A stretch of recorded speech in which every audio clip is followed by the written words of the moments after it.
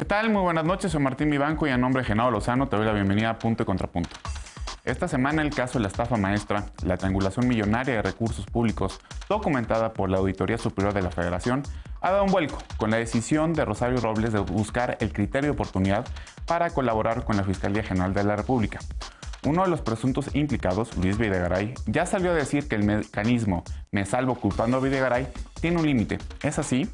Además del impacto mediático, ¿avanzará la investigación judicialmente?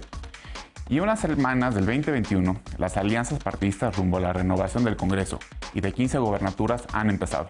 Hasta México Libre, que no consiguió registro como partido político, ya dijo que buscará participar. ¿Es una buena opción para frenar el tsunami que significó Morena en el 18 o solo fortalece la narrativa presidencial de que todos son lo mismo? Este lunes, Juan Carlos Padilla, como tantos ciudadanos, fue con su esposa al Tianguis. Ahí fue sometido por la Policía Ministerial de Celaya, que según sus familiares nunca mostró una orden de aprehensión. Hora después se reportó la muerte de Juan Carlos. Mientras las autoridades de Guanajuato señalan que nunca la golpearon, la familia denuncia lo contrario, porque esta violencia en esta entidad no para. ¿Qué medidas se están tomando contra la brutalidad policial? Estos son los temas de esta noche, no te vayas que ya empieza Punto y Contrapunto.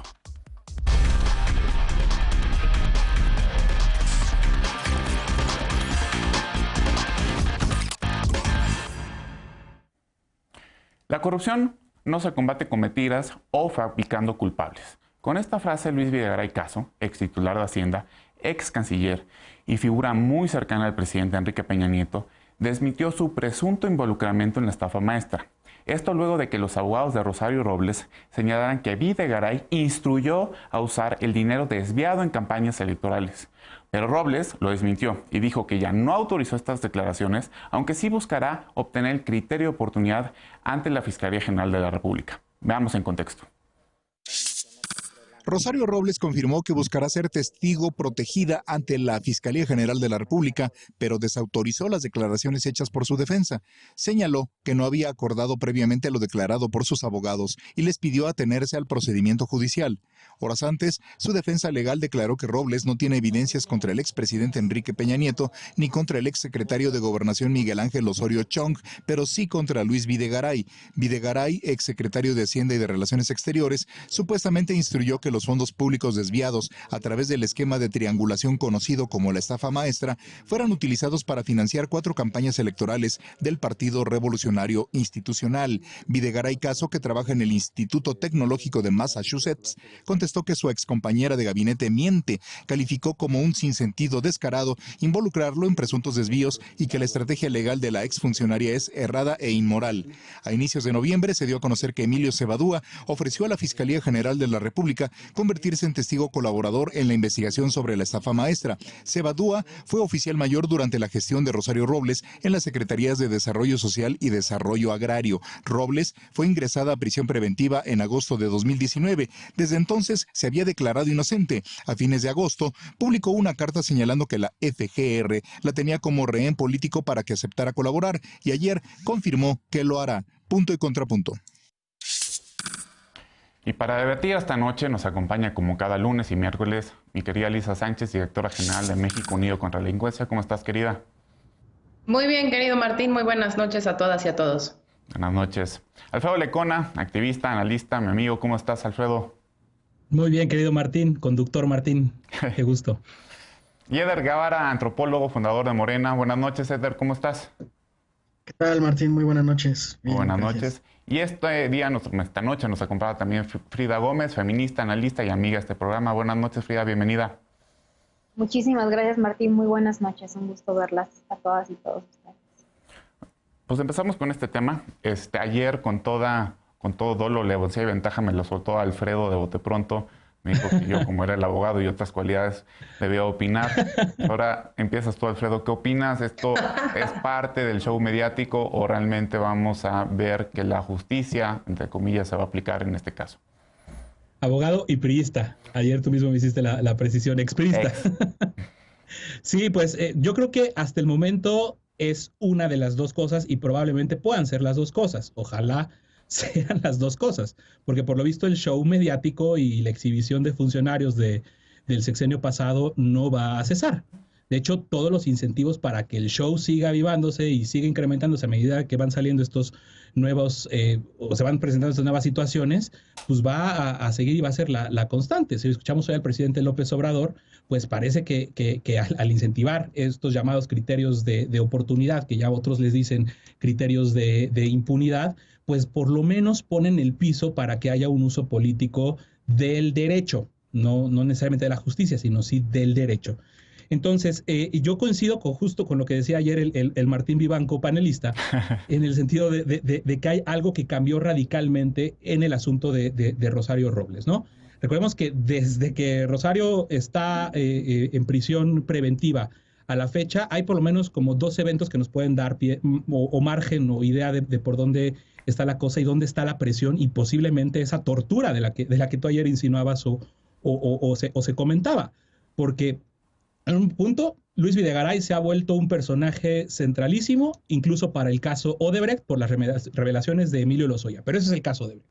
En el caso de la estafa maestra, de esta triangulación de recursos que conocimos gracias al trabajo periodístico de Animal Político y Mexicanos contra la Corrupción y la Impunidad, Rosario se había mantenido en firme que no iba a soltar o a poner prácticamente a nadie en el plato de la Fiscalía General de la República, porque sabía que, o más bien decía directamente que esa era la presión, que quería que pusieran a sus excolegas y que no lo iba a hacer mintiendo. Pues la variable, o lo que ahí cambió este sentido en el que se estaba comportando, o que había dicho Rosario Robles que iba a actuar de no poner a estos ex colaboradores suyos, pues es la declaración de Emilio Cebadúa, o es más bien la parte de la trama en la que Emilio Cebadúa dice, pues yo sí voy a hablar y yo sí voy a cantar, ¿no? Claro. Entonces, pues al haberla arrinconado, al que se haya quedado sola en una cosa que pues ya no se entiende, si había un pacto ahí de impunidad que alguien habrá hecho con la Fiscalía, con el presidente López Obrador, con alguien, pues ese pacto cada vez es más difícil de sostener, porque son todo mundo apuntándose con todos y hay pocas personas, creo, que pueden interceder por los otros. Entonces, pues sí, también nos debería de poner a pensar en esta figura, ¿no? De la prisión preventiva oficiosa y en el caso particular de Rosario Robles, si no está siendo más bien como un incentivo para la tortura, para la presión, para que al final termine cantando y todo estará en que se pueda comprobar, en que las pruebas, en que los dichos se sustenten con pruebas, ¿no? Claro. A ver, contrapunto, Eder, me imagino que tienes un contrapunto, ¿es criterio de impunidad o de oportunidad? A ver, primero me sorprende, bueno, no, ya no me sorprende, pero creo que se están usando conceptos bastante fuertes. Acusar de que se está torturando a una presa que se está investigando por presunta corrupción, me parece que es demasiado fuerte para un análisis serio.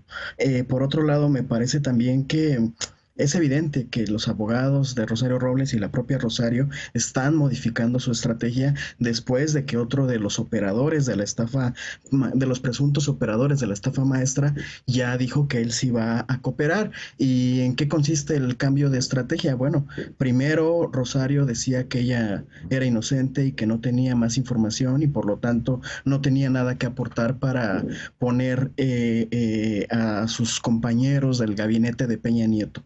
Ahora, con estos cambios, pues ella lo que dice es, no voy a mentir, voy a decir toda la verdad y sí buscaré apegarme al criterio de oportunidad. ¿Por qué? Pues porque ya hay otras personas que también tienen datos y que presuntamente tienen pruebas de cómo participaron y ella cómo participó como operadora de una gran estafa que al final fue un gran acto de corrupción presuntamente para operar elecciones en 2015 y en 2012. Entonces, ahí creo que Rosario, al final de cuentas, pues tiene derecho a una defensa y a establecer estrategias. Ahorita está evidenciando otro cambio de estrategia y ojo, porque aquí a la Fiscalía General de la República y en general también, por supuesto, a la Presidencia de la República le cae una gran responsabilidad porque sí, efectivamente se están empezando a romper los pactos de impunidad del Peñato en este caso, pero entre conforme este pacto se va rompiendo con los operadores de primer nivel, como lo era Rosario Robles, que era secretaria de Estado, pues ya son muy pocos los que quedan por encima de ella, los que pudieron haberle dado las instrucciones para hacer esta operación política. Yo identifico a 4 personajes que son quienes ahorita están, pues que podrían también ser señalados y caer ante la justicia. Osorio Chong, Luis Videgaray, Mid y Enrique Peña Nieto. Entonces, a mí me parece que está muy bien. Yo sí espero verlos en algún momento comparecer y presentarse ante las autoridades. Si se resultan culpables, pues por supuesto que caigan en la cárcel, pero eso ya es una gran responsabilidad del actual, de la Fiscalía General de la República. Si no hacen un proceso pulcro, entonces mediáticamente se les va a revertir esto que ahorita tienen el beneficio de la duda a su favor. Sí, a ver, y nada más una aclaración. Yo fui el que dije lo de la tortura porque sí se me hace que 2 años en Santa Marta pues no ha de ser nada agradable y sí es una especie de tortura bajo una definición muy amplia. No son tehuacanazos, pero sí es estar privada de libertad bajo una figura que es totalmente arbitraria. O sea, pero eso yo creo que sí. Y a ver, Lisa, tú que has estudiado mucho el fenómeno de la impunidad también en México, ¿tú sí ves este proceso que se inició llegando a buen puerto realmente con alguien en la cárcel inculpado, o ves que las pruebas no son tan robustas por lo que hemos dicho? Y además porque el presidente de la República sigue siendo vocero del tema, lo cual creo que jurídicamente no es lo correcto. Gracias, Martín. Bueno, en esta mesa hemos hablado muchísimo de este tema desde que se destapó la estafa maestra hasta todas las secuelas que ha tenido. Yo quisiera hacer como 3 precisiones. La primera es que efectivamente la figura del arraigo la figura de la prisión preventiva oficiosa, es una de las figuras que deberíamos estar desterrando de nuestro sistema legal y que constitucionalmente, tú lo sabes muy bien, tiene un límite de utilización de 1 año, un límite que ya se sobrepasó en el caso de Rosario Robles, y creo que lo primero que hay que reflexionar aquí es, cuál es el estado de las acusaciones, la investigación y las imputaciones en contra de Rosario Robles, porque cada momento que su defensa parecería estar avanzando, digamos, para que pueda continuar el proceso en arresto domiciliario o con alguna otra medida cautelar, pues se le imputan nuevas acusaciones y se revive esto para lograr un plazo muchísimo mayor. Lo segundo es que creo que si bien todo esto se destapó por aquella investigación de la Auditoría Superior de la Federación que después narró periodísticamente Mexicanos contra la Corrupción y la Impunidad y sus socios periodistas, pues lo que nos está diciendo ahorita es que ya traspasamos, digamos, la línea de la propia estafa maestra para saber a dónde va el destino de los recursos desviados justamente por la estafa maestra, ¿no? Y ahí empezaron a aparecer ya para la lista que hacía Eder, pues nombres de otros empresarios que supuestamente estuvieron vinculados con la promoción de la imagen de Osorio Chong, justamente en este pleito entre Videgaray y Osorio Chong que se alargó pues de una manera, yo creo que incluso perjudicial para el propio peñanietismo, y que terminó justo en eso, ¿no? En la desviación no solo para las campañas políticas, sino para el fortalecimiento de un supuesto candidato a la sucesión presidencial. Y por último, pues justamente el tema de las coacciones o las estrategias legales que a mí sí me ponen un poco los pelos de punta en este tema de la impunidad, porque el hecho de que se le hayan acabado las opciones a Rosario Robles para llevar su defensa como inocente y que ahora se acoja el criterio de oportunidad para el tema de testigo protegido, pues viene directamente de la traición de Emilio Cebadúa, y Emilio Cebadúa seguramente, siendo oficial mayor en 2 de esas dependencias, pues no será necesariamente una blanca paloma que simple y sencillamente con delatar a sus jefes deba escapar también de la propia investigación y la acción de la justicia. Yo creo que ahí hay un foco también bien interesante que poner. Y el último punto, quizás ya nada más para cerrar la discusión en este tema de qué implica la impunidad, acordémonos que la impunidad procesal o la impunidad ya de más estructural implica también la conducción de malas investigaciones, y en ese sentido que canten y confiesen pues no es lo mismo a que puedan imputárseles realmente esos delitos por una investigación sólida hecha desde la propia Fiscalía. Ese es el punto. Y a ver, Frida, ¿qué opinas sobre este último punto que se me hace que es lo más importante? Sobre si, o sea, no nada más en el Tribunal de la Opinión Pública los vamos a linchar, sino realmente van a tener consecuencias jurídicas. Claro, coincido totalmente con Lisa. Me atrevo a decir que la clave de todas las investigaciones que están detrás de la estafa maestra deberían contemplar también a los rectores que están involucrados en todo el entramado de desvíos, porque hemos observado que a niveles de las partes más altas de las dependencias involucradas se han realizado investigaciones, pero no hemos observado todavía que estas investigaciones alcancen a quienes estuvieron al mando, por ejemplo, de la Universidad Autónoma del Estado de México, en donde fueron millones de pesos los desviados en contratos inexistentes, y es urgente que no solamente esto sea algo mediático. Lo que sí es que creo que no ha sido mediático tanto por parte de quien acusa, sino más bien como parte de una propia estrategia en la que Rosario Robles advierte que sus propios abogados y su propia forma de afrontar este caso no ha sido clara. Primero porque sus abogados revelan declaraciones que ella no autoriza.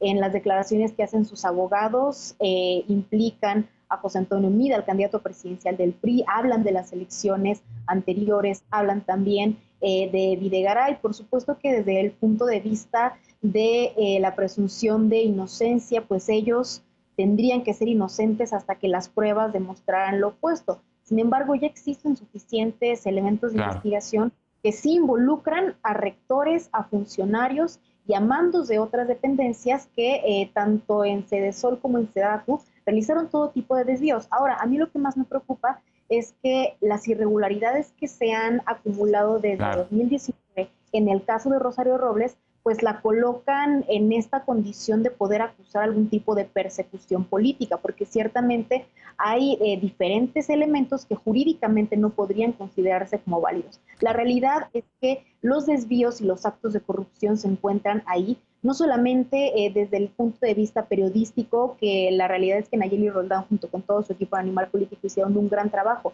sino desde el punto de vista jurídico, se cuentan con los elementos para que esa investigación pudiera aterrizar a muchos más niveles de los que en este momento se encuentra. Algo que también es importante, que por supuesto en un inicio Rosario Robles se negó a apegarse a este criterio de oportunidad, y este cambio en la voluntad o este cambio en la estrategia pues tiene más bien que ver con las condiciones y con la situación pues un poco desesperada que tiene ya su defensa. Así es.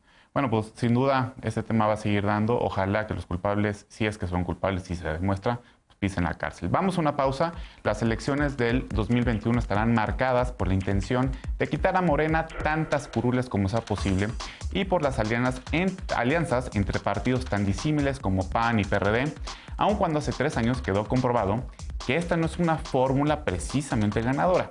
¿Tienen mejores oportunidades esta vez? Veremos qué opina la mesa al regresar a Punto y Contrapunto. No se vayan, aquí nos vemos.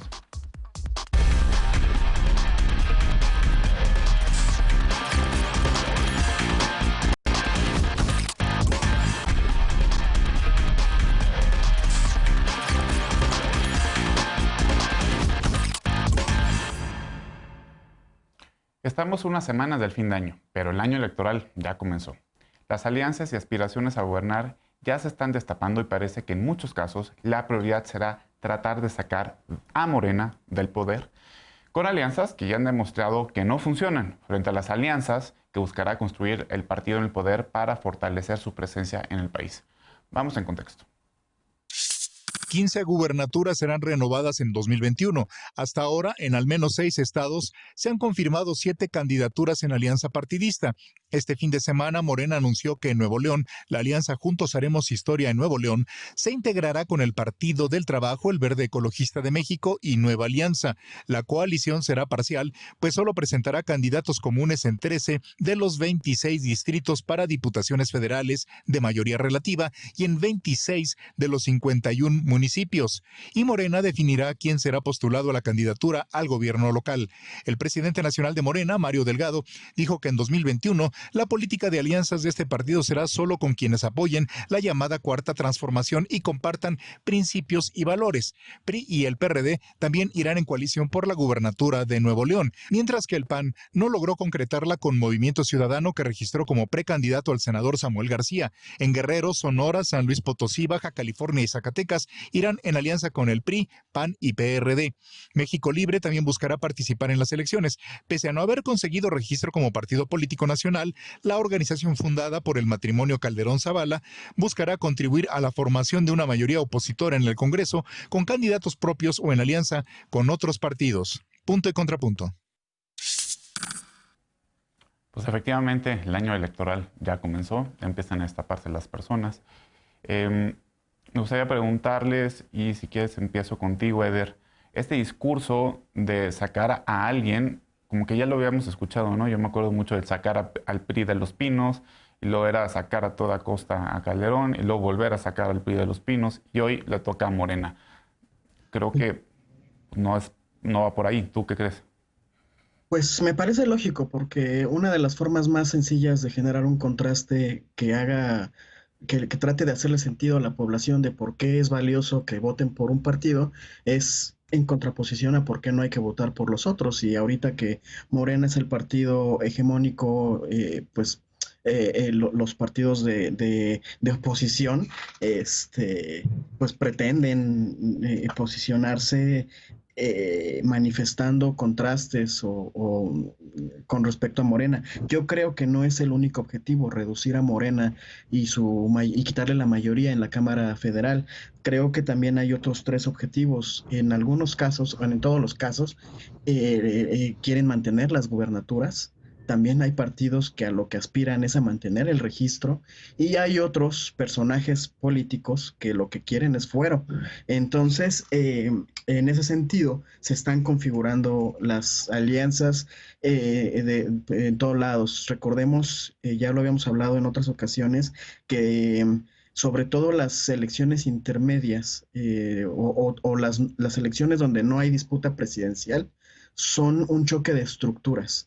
¿Qué significa esto? Que son las estructuras de defensa, promoción del voto, y son los votos duros de los partidos los que pueden determinar una elección. Hay partidos que no le han apostado a generar clientelas políticas, y por lo tanto la apuesta es a que haya una participación ciudadana libre, mayoritaria, que derrote a los votos duros históricos, específicamente del PRI y del PAN, que a través de las presidencias cuando las tuvieron, pero también de las gubernaturas que tienen, han generado una buena cantidad de voto duro a través de la clientela política. Entonces, para derrotar a este voto duro, lo que se tiene que garantizar es que haya, insisto, un voto ciudadano muy amplio, que no suceda lo que sucedió este año, que la participación fue muy baja y otra vez se impuso el voto duro de los gobernadores. Entonces, ese es el reto, y las alianzas se hacen para eso.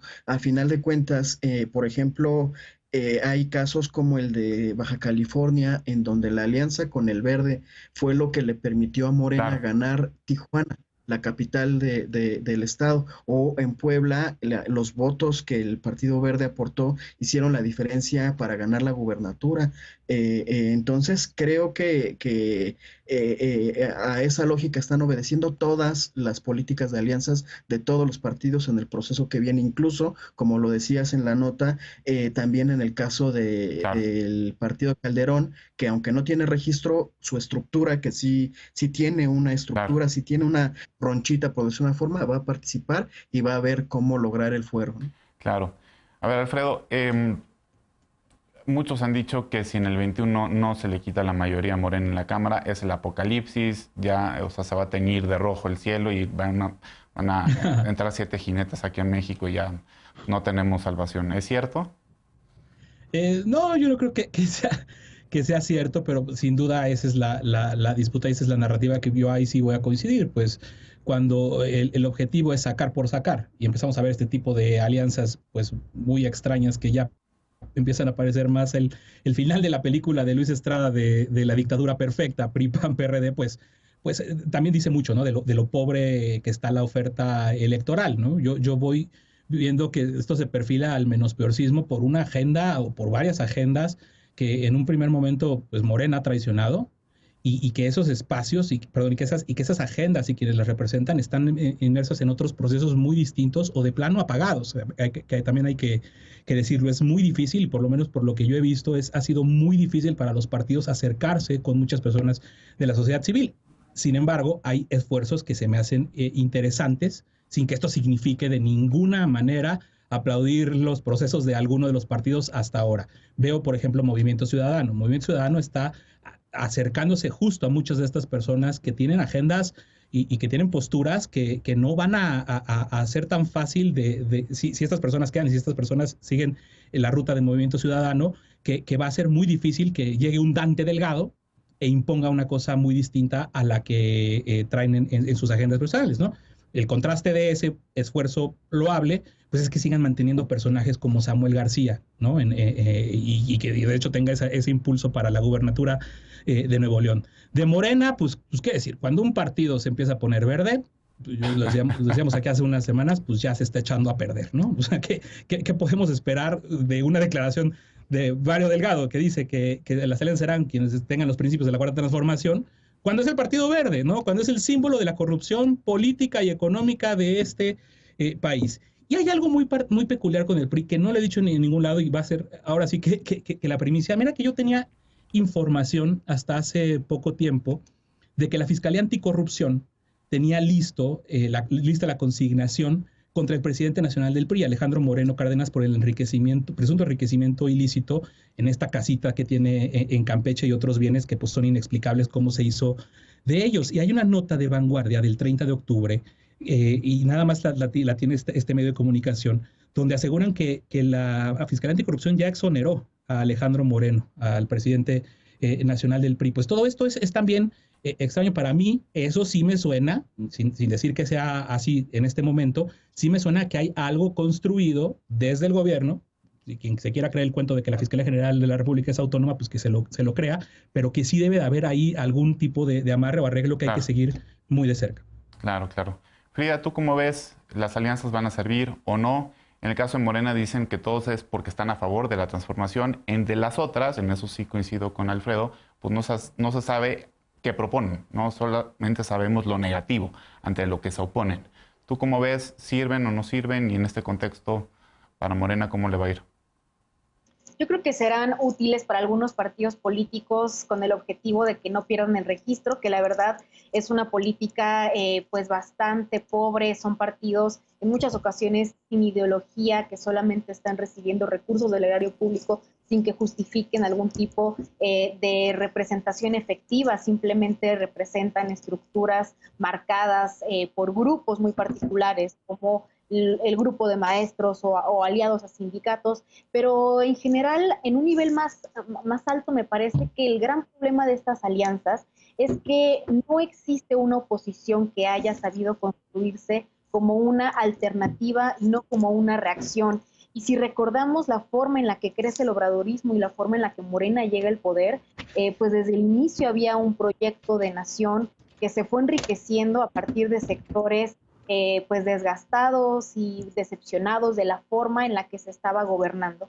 Entonces es muy difícil que el grupo de personas que dejó de votar por los partidos tradicionales vuelvan a hacerlo solo por lo que en este momento pudiéramos estar observando en cuanto a lo que dice, por ejemplo, Lecona. Ahora, algo que sí hay que recalcar es que la aprobación del presidente pues va creciendo. Más que hablar de Morena, yo hablaría del obradorismo y de cómo es que este fenómeno por Andrés Manuel es muy interesante, porque justo en un momento en que el país atraviesa crisis económica, crisis de salud, pérdida de empleos, un problema de violencia en contra de las mujeres que es insoportable, que arrebata a 11 al día, ¿cómo es que en este contexto él logra tener una aprobación tan alta que podía compararse con febrero del año pasado según las últimas encuestas? Entonces hay un fenómeno muy interesante en la forma en la que se está comportando el electorado, que más que estar con Morena o con este grupo de mega alianzas que, tal como dice Eder, pues van a funcionar como un voto estructural, pues están apoyando un proyecto presidencial ante el que no hay una alternativa, simplemente hay reacciones, hay opositores aislados y pequeños que van confrontando dicho por dicho, pero que no ofrecen un programa o un proyecto que pudiera ser algún tipo pues de oposición real. Ahora, algo que sí hay que recalcar es que justamente en estados del norte, las alianzas con grandes personajes del PRI es que están apostándole a que Morena logre esas gubernaturas, como en el caso de Nuevo León, en donde la alcaldesa Escobedo es una mujer que, por cierto, tiene pues una experiencia y una trayectoria por sí misma, claro, pero que está ligada al PRI desde hace más de 20 años. claro. Ella es la más fuerte, es la puntera en las encuestas, y justamente este fin de semana uno de los grandes problemas que Claro. suscitó en Nuevo León fue que hay algunos militantes que no quieren a Clara Luz, mientras que Clara Luz aspira a ser pues la candidata de Morena con Sí, este antecedente del PRI. En Nuevo León sí se va a poner bueno. Lisa, no hay oposición, no es pura reacción.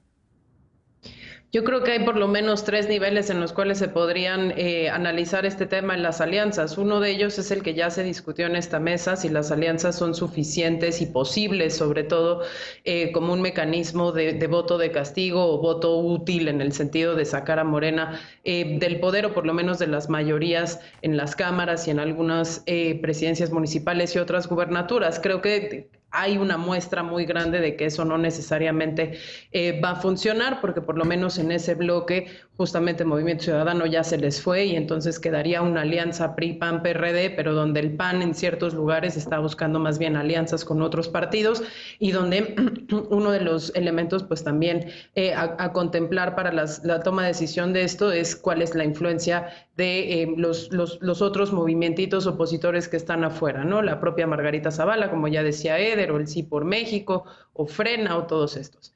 Ese creo que es el menos interesante. Creo que uno de los temas más interesantes, o un nivel más interesante, es ver cómo se están configurando las alianzas de manera distinta a nivel estatal, donde justamente se están haciendo alianzas parciales. El caso de Nuevo León es uno de ellos, donde no van en todos los municipios ni para todos los puestos, sino en algunos nada más, y donde lo que se está perfilando es precisamente quién podría tener el poder como para determinar quién es el candidato, y en función de eso generar las alianzas necesarias que le den los porcentajes de votación a ese candidato para llegar. Claro. Otro nivel de análisis es justamente los perfiles de los que van a encabezar esas alianzas, que a nivel de lo local es una de las decisiones quizás más importantes, porque no solo traen arraigo y capital político, sino porque también ahí mismo se están jugando justamente las viabilidades de muchos de los partidos, sobre todo de los chicos, a nivel territorial y a nivel local, y ahí la apuesta es justamente apostar por los liderazgos que lo que puedan hacer sea crecer a los partidos.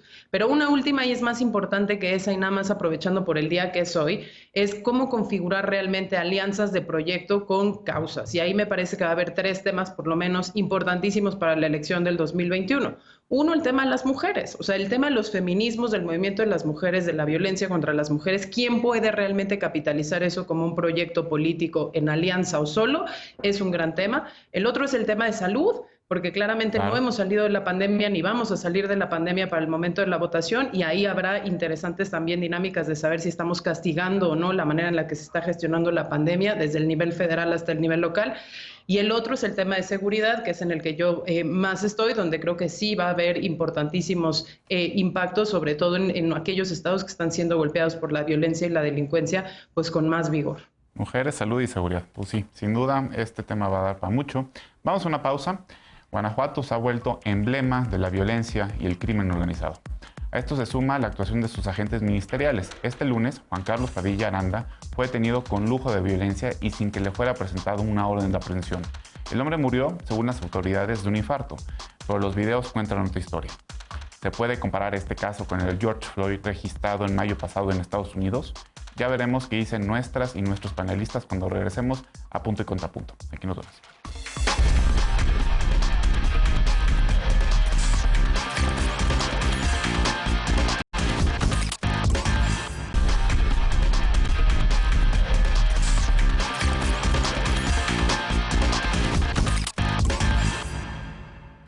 Juan Carlos Padilla Aranda fue detenido este lunes en Celaya, Guanajuato.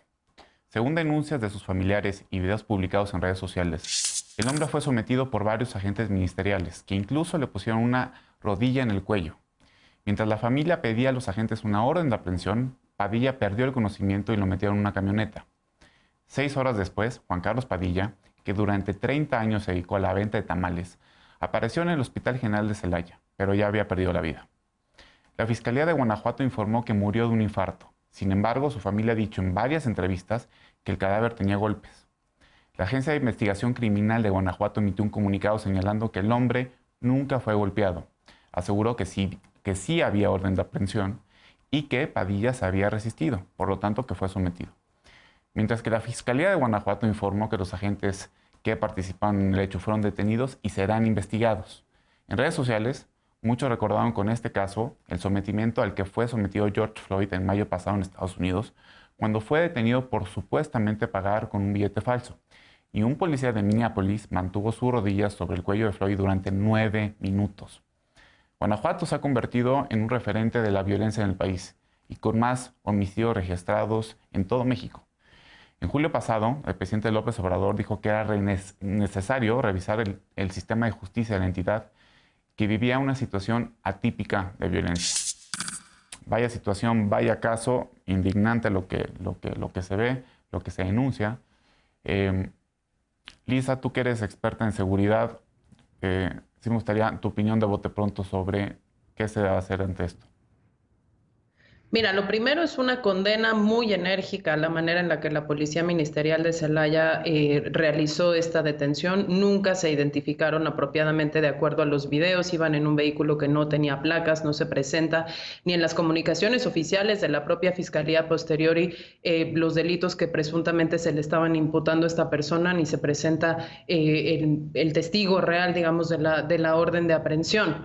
En ese sentido, la condena es absoluta y efectivamente las autoridades tendrían que esclarecer cuál fue la manera en la que se realizó esto, cuál fue la causa verdadera de muerte de esta persona. Pero más allá de eso, digamos, a mí lo que me preocupa esto, y yo para lo que quisiera utilizar el siguiente minuto que me queda es para señalar como las deficiencias estructurales que tienen las policías, porque sí me parece que si nos quedamos en este caso como un tema simplemente mediático de una persona que fue maltratada y abusada por la autoridad al punto de asesinarla, ¿no? Al punto de causarle la muerte, y nos quedamos en el hecho de que se investigue este caso individual, pues nos perdemos de ver realmente lo más importante, porque además esto hay que decirlo, no es un caso aislado, ni siquiera para la Policía Ministerial de Guanajuato. 2018 tuvieron una recomendación por parte del órgano de derechos humanos local, justamente por agresiones físicas y verbales en detenciones. Lo mismo en 2019 salió otro caso y otra recomendación en donde también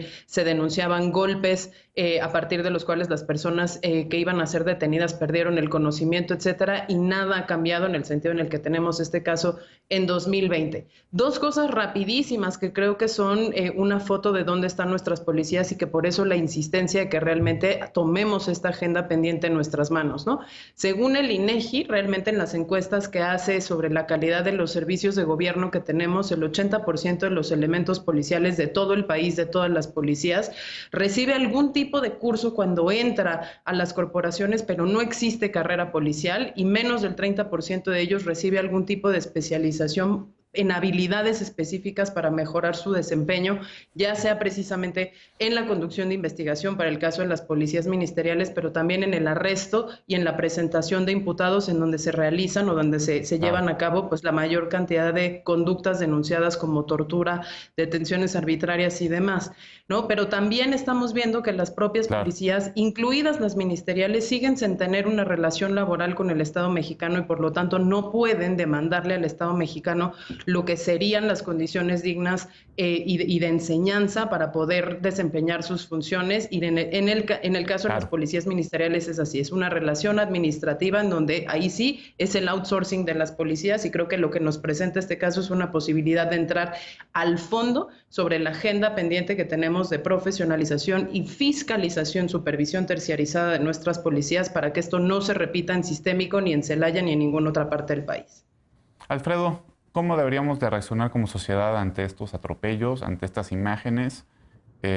¿Tú vislumbras algo parecido a lo que pasó en Estados Unidos? Vislumbro todo y a la vez nada. Todo en cuanto que la detención que hicieron los elementos de la policía ministerial que resultó en el asesinato de esta persona, pues claro que invoca a lo que sucedió en Estados Unidos con George Floyd. Y a la vez nada, porque este proceso que deberíamos de estar exigiendo, que debería de despertar a la sociedad, como fue en el caso estadounidense, pues no pasa. Y no pasa porque creo que ya nos acostumbramos al derecho penal y al punitivismo y a estas medidas a tal nivel que las exigimos en un punto y en un grado todavía más pervertido de esto, pues pasan cosas como las que dicen incluso hasta legisladores. Estaba ahorita recordando un intercambio que tuve hace unos días con el diputado Diego del Bosque, que de una forma tan irresponsable te muestra mucho de cómo está pensando la mayoría que hoy está en el poder, ¿no? Y no nada más en la clase política, sino la sociedad, lo cual es muy, muy preocupante. Él decía, a raíz de lo de Cancún, que pues mejor militares, ¿no? O insinuó que mejor militares y no las policías de Cancún. Entonces se pierde por completo el debate que acaba de delimitar muy, muy bien Lisa. Mientras en Estados Unidos despertó el asesinato de George Floyd, un movimiento que incluso tenía como uno de los lemas el defund the police, el que quítale recursos a la policía, pues aquí es uno más, una escena más de abuso policial de las que se repiten en todos los estados. Pero en Guanajuato sí están pasando cosas muy graves, claro, muy, muy graves. Y dos cosas están pasando, o han pasado desde hace mucho tiempo. Y se llaman Carlos Amarripa y Álvaro Cabeza de Vaca, fiscal general del estado y el secretario de Seguridad Pública, que llevan ahí muchísimo más tiempo de lo que lleva el sexenio de Diego Sinué Rodríguez. 11 años casi en el caso de Samarripa, y en el caso de Álvaro Cabeza de Vaca ya va por los 7 años. Entonces, estos dos personajes se les descompuso el claro, Estado, se les descompusieron las instituciones de procuración de justicia y de seguridad a niveles de lo que vimos o lo que hemos visto en materia de crimen organizado y en lo que ha estado pasando con los cárteles allá, claro, pero también estamos viendo cómo son incapaces de salir a responder bien. Reprimieron a familiares, a madres que se manifestaban el 10 de julio ¿sí? Y las denunciaron. O sea, está Guanajuato en el peor de los escenarios desde hace muchos años. Frida, ustedes han sido muy vocales en contra del gobierno de Guanajuato y esto obviamente pues no solamente conmueve, sino yo creo que debería de mover. ¿Tú cómo lo ves? Es indignante lo que está sucediendo porque la violencia policíaca no es un acontecimiento aislado, de hecho cada vez se vuelve más una realidad sistemática. Recordemos que en junio de este año en Jalisco también murió una persona, un joven, en manos de un policía que lo estaba justamente sancionando por no portar cubrebocas, por no respetar un toque de queda. Esto además se acompaña de otros acontecimientos como lo que se vivió en Quintana Roo cuando policías municipales abrieron fuego en contra de mujeres en una marcha feminista y estando presente la Guardia Nacional ni siquiera se pudo responder a defender a las víctimas, alguna de las mujeres, mucho menos uno de los hombres que estuvo ahí que también fue herido. Entonces creo que aquí hay 3 temas. Primero, lo que está viviendo Guanajuato. En Celaya desapareció un periodista que sigue siendo buscado, que lleva más de una semana sin saber qué sucedió con él, y en todos los niveles observamos que Guanajuato es uno de los peores lugares en este momento en temas de seguridad. Se pensaba que con la detención del Mencho las circunstancias iban a modificarse en favor de las personas de Guanajuato, pero eso no fue así. Entonces estamos observando que para empezar hay una violencia que nace desde el crimen organizado, pero que se va perpetuando a través de la violencia institucionalizada que se ejerce desde el Estado. En segundo lugar, hay una necesidad urgente de que tanto las personas activistas como periodistas logren acceder a este tipo de protecciones que fueron arrebatadas de cierta forma en Guanajuato particularmente, que son activistas las que han denunciado desde abuso sexual al momento de ser detenidas hasta una desaparición y levantamiento, que es algo muy grave. Y en tercer lugar, particularmente para este caso, me parece que sí hay un asunto racista que se presentó en Estados Unidos, pero en México la circunstancia del abuso policial es generalizada. No importa si tú eres mujer, si eres comerciante, si eres una persona indígena, lo vimos en la Ciudad de México, si sales a protestar o si estás en las calles, estás en un riesgo constante. Exactamente, y en eso me quiero ir con Eder. Eder, ¿qué nos falta para poder empezar a reformar a las policías? Muchas cosas.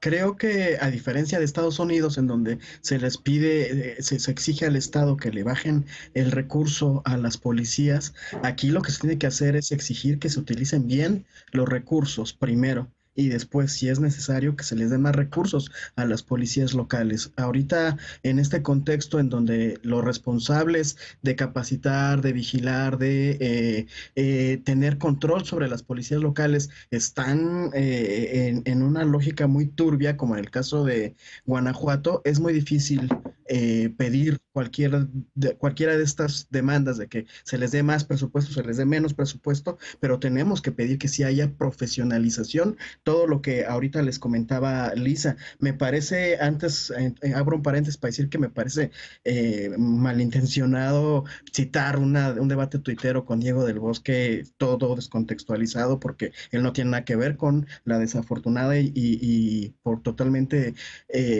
reprochable muerte de un vendedor de tamales que evidentemente fue torturado en la calle, le pusieron la rodilla en el cuello y después hoy la Fiscalía Estatal declaró que había muerto de un infarto, que no había sido asesinado por la policía ministerial y que no había sucedido por la circunstancia del abuso policial. Entonces, sí creo que tiene mucho que ver con los 10 años, más de 10 años que llevan ahí tanto el fiscal como el jefe estatal de la policía. Creo que hay una lógica de punitivista que tiene que modificarse en todo sentido, y justo conectándolo con el tema de que hablamos hace ratito, ojo, a mí no me gusta el sistema democrático que vivimos porque no me parece democrático a menos que haya una victoria avasallante como la de Andrés Manuel, si no es muy difícil que haya democracia real, pero en esta lógica tendríamos que apostarle a que haya aspirantes municipales y estatales que tengan una estrategia muy clara de qué hacer con la seguridad ciudadana en cada una de sus entidades, que haya mucha claridad de cómo resolver el problema de la inseguridad en sus estados, fortaleciendo a las policías. Claudia Sheinbaum no ha recibido aumento en presupuestal para las policías y no ha dejado de profesionalizar a las policías de la Ciudad de México. Nada más déjenme rapidísimo con Alfredo, muy breve, porque creo que tienes un contrapunto, ¿no, Alfredo? Sí, no está descontextualizado, y si sonó descontextualizado, pues totalmente lo descontextualizado. El tema, pues te lo contextualizo para que te quedes tranquilo. Lo que yo criticaba era, en un tuit, era el empoderamiento otra vez de las Fuerzas Armadas, de la Guardia Nacional, el presupuesto. Y lo que él dijo es, mejor deberíamos de darlo a las policías como Cancún, ¿no? O sea, ironizando como si el tema fuera eso, o militares o policías. Ahí no está el debate, y justo por lo que dice Eder. Porque el camino del punitivismo que estamos tomando, y también lo adoptaste tú, Eder, en el primer bloque. Yo lo he dicho. Yo estoy de acuerdo en que la Guardia Nacional en esta primera etapa se nutra de Fuerzas Armadas, porque no hay de dónde nutrir a la Guardia Nacional. ¿Dónde capacitar? Absolutamente nada, más que quitarles recursos a los municipios, a los estados. Ve el presupuesto, ve cómo quedó el presupuesto para fortalecer a las policías. Estamos ya a... No es cierto, se está etiquetando, esta vez se está etiquetando el presupuesto para que se capacite y profesionalice de la Guardia Nacional, que no nada más era la Guardia Nacional, yo lo he dicho aquí muchas veces, era todo un proceso de desmilitarización que necesariamente implicaba obligaciones de los estados, incluso para dar el diagnóstico de cómo se encontraban sus policías. ¿Y qué ha hecho el Congreso? ¿Qué han hecho diputados como este que defiendes, Diego del Bosque? ¿Qué están haciendo los presidentes municipales? ¿Qué están haciendo los gobernadores? Es su tarea. Ya puse el ejemplo de Claudia Sheinbaum. Bueno, a ver, ya se nos está acabando el tiempo. Definitivamente es una irresponsabilidad que va desde lo federal hasta lo municipal. Total. A ver, se nos está acabando el tiempo. El debate tiene que seguir. Aparte, creo que los dos tienen algo de razón. Entonces, pues ojalá después de que me toque conducir o con Genaro Lozano, pues le seguimos porque se pone muy bueno. Vamos a un corte y regresamos con la paparrucha.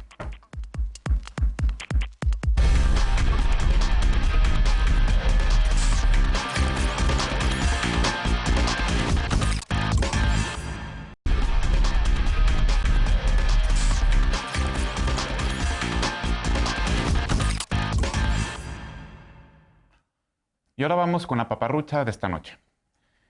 Como ya hemos mencionado, desde el surgimiento de la pandemia de COVID-19 en el mundo, ha surgido mucha, pero mucha información falsa sobre remedios para curar el virus. El alcalde de Campeche, el panista Eliseo Fernández Montúfar, dijo que está investigando el dióxido de cloro como un medicamento contra la COVID-19. Incluso dijo que estaba considerando instalar una planta de dióxido de cloro en el municipio para que la gente tenga acceso a la sustancia. Según el flamante funcionario, el dióxido oxigena rápidamente la sangre, pero no es el único. El morenista Jonathan Ábalos Rodríguez, alcalde del municipio de Francisco y Madero, en Coahuila, prometió 1,000 dosis de dióxido de cloro para personas diagnosticadas con COVID-19. El alcalde aseguró que el dióxido cura esta enfermedad y de inmediato la Secretaría de Salud de Coahuila emitió un comunicado recordando que la COFEPRIS no ha autorizado el uso de productos con dióxido de cloro como medicamento, por lo que no existe una evidencia de que determine el uso de este tipo de productos para tratar a pacientes con COVID-19. El dióxido de cloro es un compuesto químico que habitualmente se utiliza en la desinfección de agua potable, pero no sirve para curar la COVID-19 ni ninguna otra enfermedad. Tanto la COFEPRIS como la Organización Panamericana de la Salud y la Organización Mundial de la Salud han advertido que usar este producto puede incluso poner en riesgo tu salud. Ayer, The New York Times publicó que una mutación del virus ocurrida a inicios de la pandemia facilitó que se propagara de persona a persona y eso dificultó que pudiera detenerse. Así que por ahora hay que seguir cuidándonos, usando cubrebocas y respetando la sana distancia. Esto fue todo por hoy. Muchísimas gracias a las y los panelistas. Yo soy Martín Vivanco, estoy a nombre de Genaro Lozano y nos vemos mañana en otro día de Punto y Contrapunto.